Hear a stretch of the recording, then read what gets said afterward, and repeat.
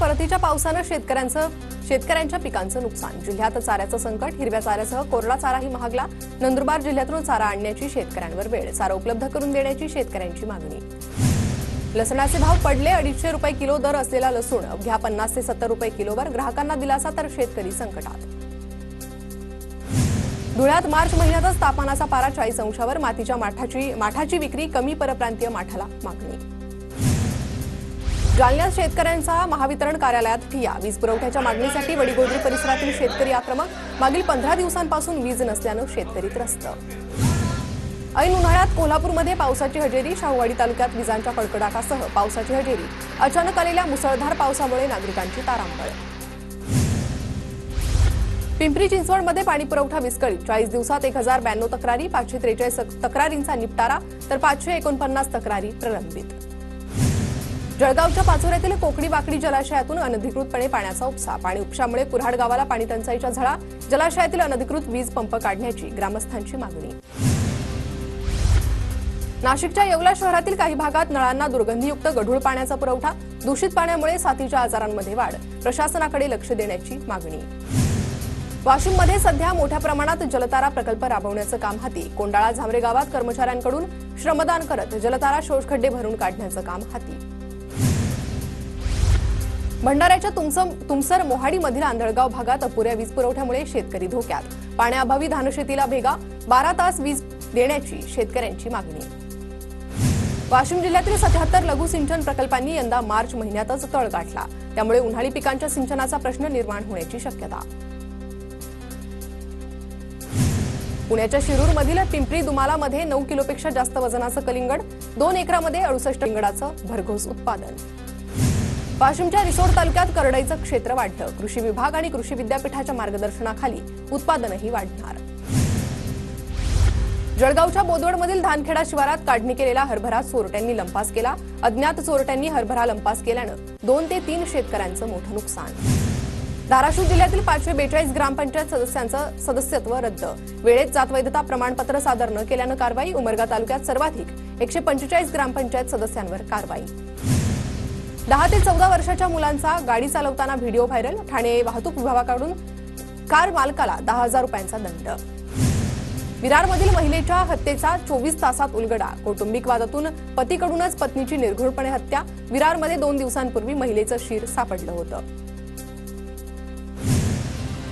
धुळवडीच्या दिवशी डोंबिवलीच्या आयरे गावात 2 गटात राडा, मध्यस्थी करण्यास गेलेल्या पोलिसांची मारहाण केल्याची घटना, गुन्हा दाखल करत 9 आरोपींना पोलिसांनी बेड्या ठोकल्या।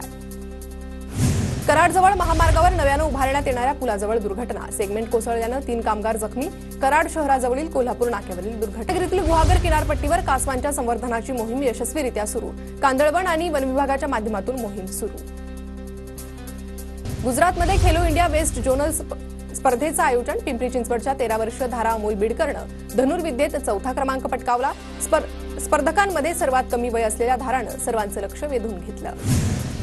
चंद्रपूर एसटी आगारात वाहक चालकांनी बंद पुकारला, शहराच्या वेशीवर झालेल्या एसटी अपघाताच्या घटनेविरोधात चालक वर्ग आक्रमक, मृत वाहकाला 50 लाखांची नुकसान भरपाई देण्यासह संबंधित कंपनीवर गुन्हा दाखल करण्याची मागणी। मुंबई गोवा महामार्गावर रायगड जिल्ह्यातील कशेडी ते खारपाडा दरम्यान आज अवजड वाहतूक बंद, महामार्गावरील संभाव्य वाहतूक कोंडी टाळण्यासाठी निर्णय, जीवनावश्यक वस्तूंची वाहतूक सुरू राहणार। मुंबई शहर उपनगरातील रस्ते काँक्रिटीकरणाची कामं येत्या 3 महिन्यात अधिक गतीनं राबवली जाणार, वाढत्या तापमानामुळे रात्री रस्त्यांचं काँक्रिटीकरण, गुणवत्तेवर लक्ष केंद्रित करावं, महापालिकेच्या आयुक्तांकडून अधिकाऱ्यांना सूचना। तेलंगणाच्या कोठागूडमध्ये 64 नक्षलवाद्यांचं आत्मसमर्पण, बिजापूर आणि सुकमा जिल्ह्यातील नक्षलवाद्यांचं आत्मसमर्पण, प्रोत्साहन म्हणून नक्षलवाद्यांना प्रत्येकी 25,000ची रोख रक्कम। लातूरमध्ये बनावट जन्म प्रमाणपत्र प्रकरणी 9 जणांवर गुन्हा दाखल, बनावट आधार कार्ड, खोटे शपथपत्र जोडून जन्म प्रमाणपत्र बनवल्यानं शिवाजीनगर पोलिसात गुन्हा दाखल। अहिल्यानगरच्या लोणीत कृषी उत्पन्न बाजार समितीच्या पशुखाद्य प्रकल्पाचं मंत्री राधाकृष्ण विखेंच्या हस्ते भूमिपूजन, शेतकऱ्यांना कमी भावात दर्जेदार पशुखाद्य मिळवून देण्यासाठी या प्रकल्पाचा फायदा होईल, विखेंकडून विश्वास व्यक्त।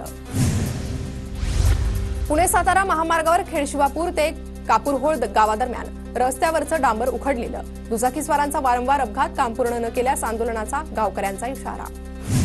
जळगावच्या बोदवडमधील लोणवडी जामठी रस्त्यावर अपघातांचं प्रमाण वाढलं, खराब रस्त्यामुळे अपघातांमध्ये वाढ झाल्याची तक्रार, प्रशासनाकडे लक्ष देण्याची मागणी। वर्ध्यातल्या आर्वी भागात अंघोळीसाठी गेलेल्या एका मुलाचा नाल्याच्या डोहातल्या पाण्यात बुडून मृत्यू। सारंगपुरी शिवारातील नाल्यात 14 वर्षाच्या मुलाचा मृत्यू। चंद्रपूर जिल्ह्यातील नागभीड इथल्या घोडाझरी तलावात बुडून 5 युवकांचा मृत्यू। जनक गावंडे, यश गावंडे, अनिकेत गावंडे, तेजस गावंडे, तेजस ठाकरे हे 5 तरुण चिमूर तालुक्यातील साठगाव कोलारीचे रहिवाशी। छत्रपती संभाजीनगरमध्ये गंगापूर रोडवर टेम्पोला भीषण आग, टेम्पोसह माल जळून खाक। आगीचं कारण अद्याप अस्पष्ट। नाशिकच्या मुखेडमध्ये 4 एकर ऊस जळून खाक, महावितरणच्या तारांच्या घर्षणातून आग लागल्याचा संशय, शेतकऱ्यांकडून नुकसान भरपाई। परभणीच्या पूर्णामध्ये चोरांचा सुळसुळाट, रात्रीच्या वेळी चोरट्यांचा सर्रास वावर, परिसरातील नागरिकांमध्ये भीतीचं वातावरण। सोलापूरच्या करमाळामधील वांगी ग्रामपंचायतच्या सरपंचपदी दीपाली तळेकरांची निवड, तर उपसरपंचपदी चंद्रकांत कदम यांची निवड। धार रोड भागात बांधकाम मजुराकडून अल्पवयीन मुलीवर अत्याचार, नानलपेठ पोलीस ठाण्यात गुन्हा दाखल, पोलिसांकडून आरोपीला बेड्या। परभणीच्या पूर्णा शहरातील स्टेट बँकच्या एटीएम मध्ये कॅश नसल्यानं नागरिकांची हेळसांड, ग्राहक सेवा केंद्रातून कॅश काढण्याची नागरिकांवर वेळ।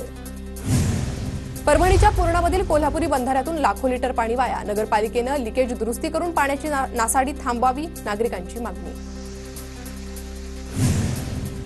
उन्हाची तीव्रता वाढताच राज्यातल्या धरणातील पाणी पातळी खालावली। राज्यातल्या सुमारे 3000 मोठ्या आणि मध्यम आकाराच्या धरणांतील पाणीसाठा 52.71%वर, तर 2 ते 3 महिन्यात भीषण पाणी टंचाईचं सावट निर्माण होण्याची शक्यता।